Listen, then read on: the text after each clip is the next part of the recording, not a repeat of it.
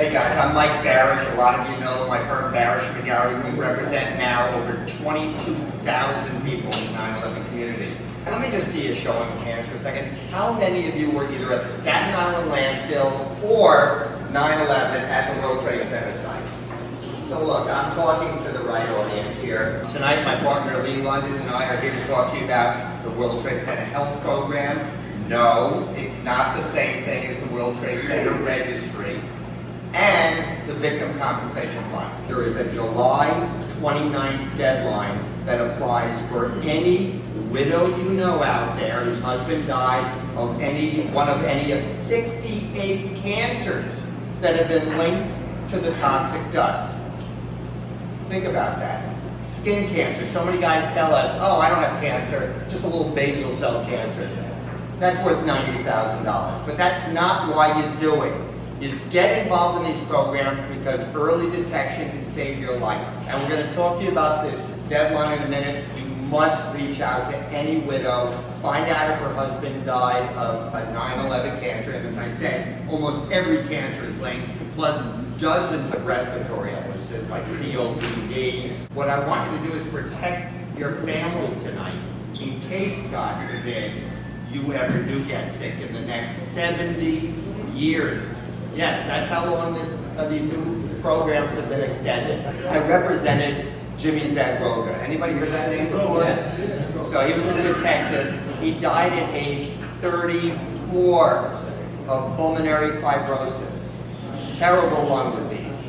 And when they did an autopsy, they found in his lungs ground glass, asbestos, chromium, lead, benzene. These are all known carcinogens.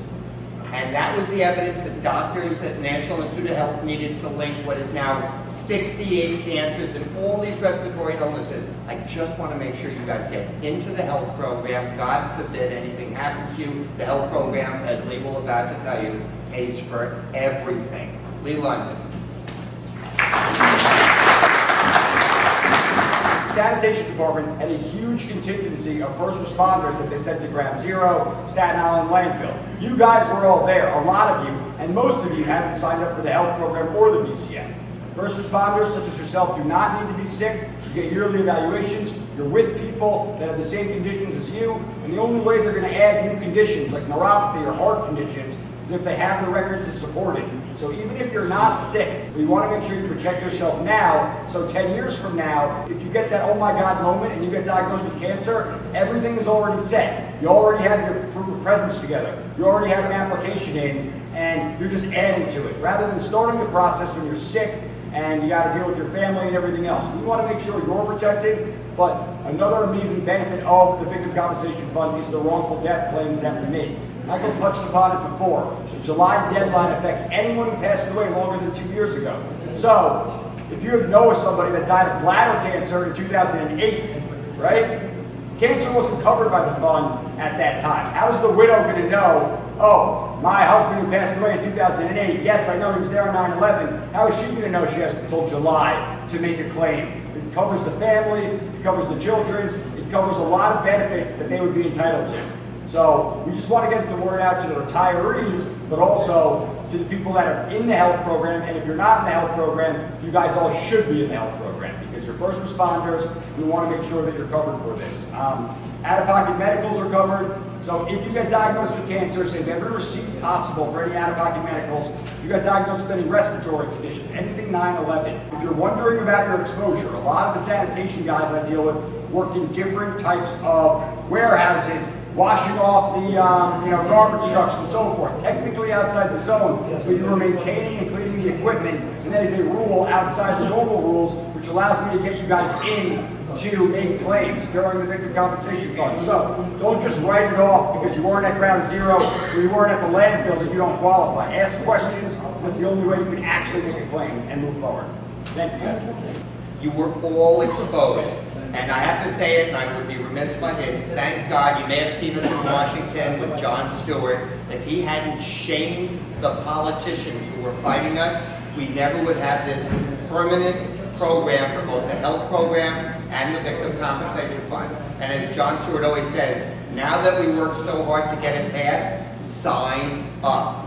And you know what? I know the sanitation workers don't get nearly enough credit for the cleanup during the recovery operation. So to you guys, I say thank you. Yes, 343 firefighters died and 72 cops died.